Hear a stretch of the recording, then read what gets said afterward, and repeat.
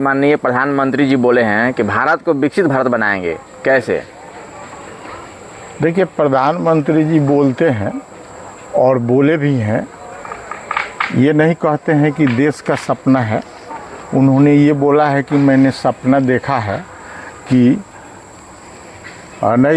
2047 तक यानी आज़ादी के 100वीं वर्ष पर भारत विकसित भारत होगा और विकसित भारत की दिशा में हम लोग काम करेंगे और विकसित भारत बनाना है।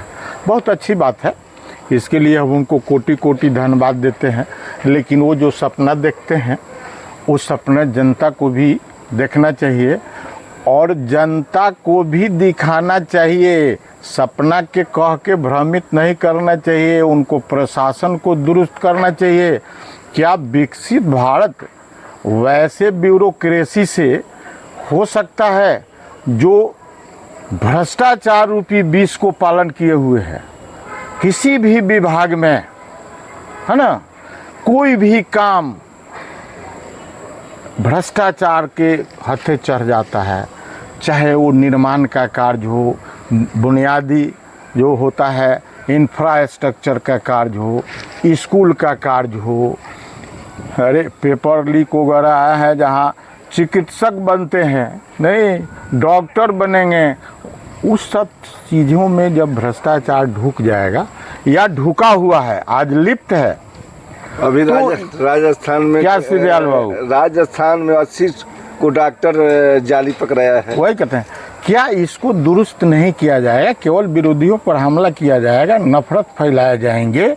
आप देखिए ना, स्कूल जितने गंदे रहते हैं, स्कूल जितना प्राइमरी स्कूल, लड़के शिक्षित नहीं होंगे। जो नौजवान है यहाँ जो है 60-65% जो है कि नौजवानों का देश है ये।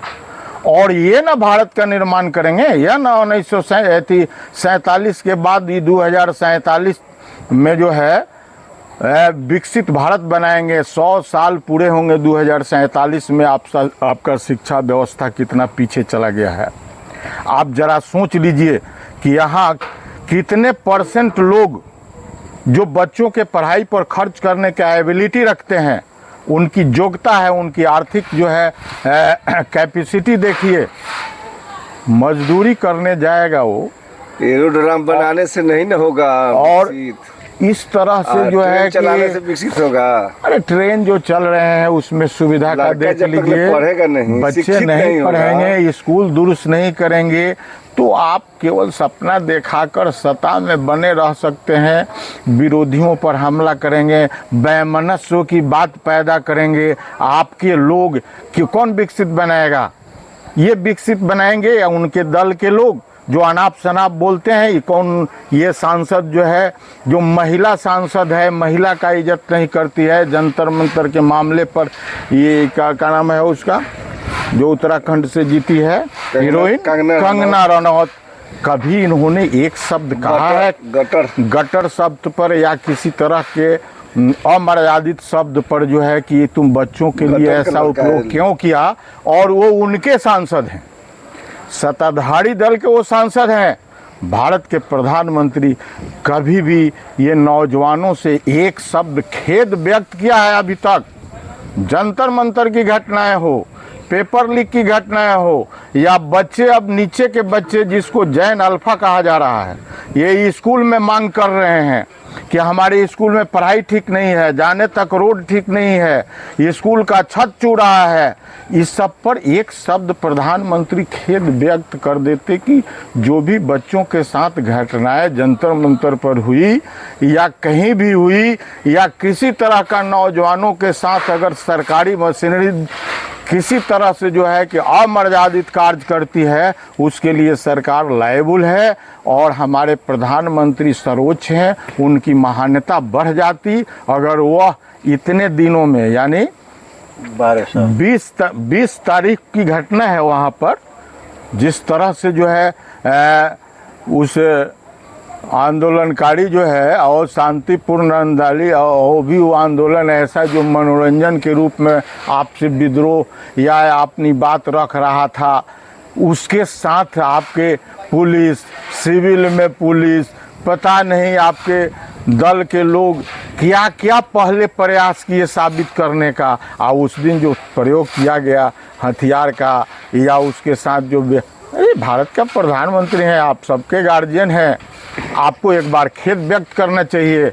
इसलिए हम लोग अधिवक्ता हैं, हर चीज़ का लीगल देखते हैं। हमारे साथ राजकुमार जी हैं, ये भी अधिवक्ता हैं। हम लोग समझते हैं, गार्जियन हैं हम, हमारे बच्चे अगर गलत कर रहे हैं या उनके साथ हम थोड़ा सा लगा, हमको महसूस किया कि हाँ उसके साथ हाई काम हो जाना चाहिए, तो उस काम को हम करेंगे। बच्चों को कहेंगे कि आप शांत रहिए, हम आपके साथ हैं। जो हमारा प्रशासन आपके साथ बदसलूक किया है उसके लिए हम खेद व्यक्त करते हैं। विकसित भारत बनाने के लिए आपको जो है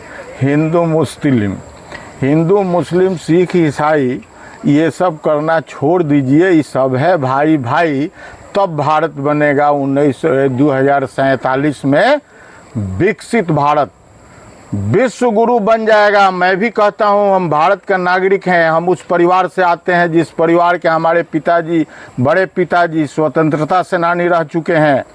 मढ़ौरा में जो गोरा कांड हुआ उसमें वो अग्रणी थे। हमारे यहाँ जो है कि जाकर गया, उस वंश से मैं आता हूँ। आज वो लोग जो है सत्ता में अधिकतर भागीदार हैं जो कभी स्वतंत्रता या आज़ादी की लड़ाई में उनके पूर्वज भी नहीं गए होंगे, हो सके तो जासूसी का काम करते होंगे। इसलिए दर्द है।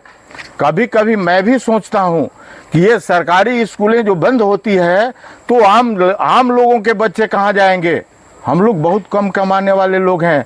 हम लोग लड़के को अमेरिका, इंग्लैंड और दिल्ली बड़े बड़े कोचिंग में भेज कर नहीं पढ़ा सकते हैं, जबकि रोजी रोटी हमारी चल जाती है।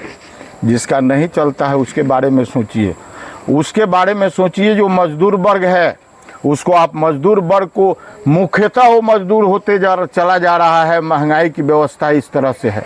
तो हम भारत के प्रधानमंत्री से अपील करना चाहेंगे कि भारत के अंदर हर एक संस्थाओं में जो भ्रष्टाचार है अगर उसको कम कर दिया जाए।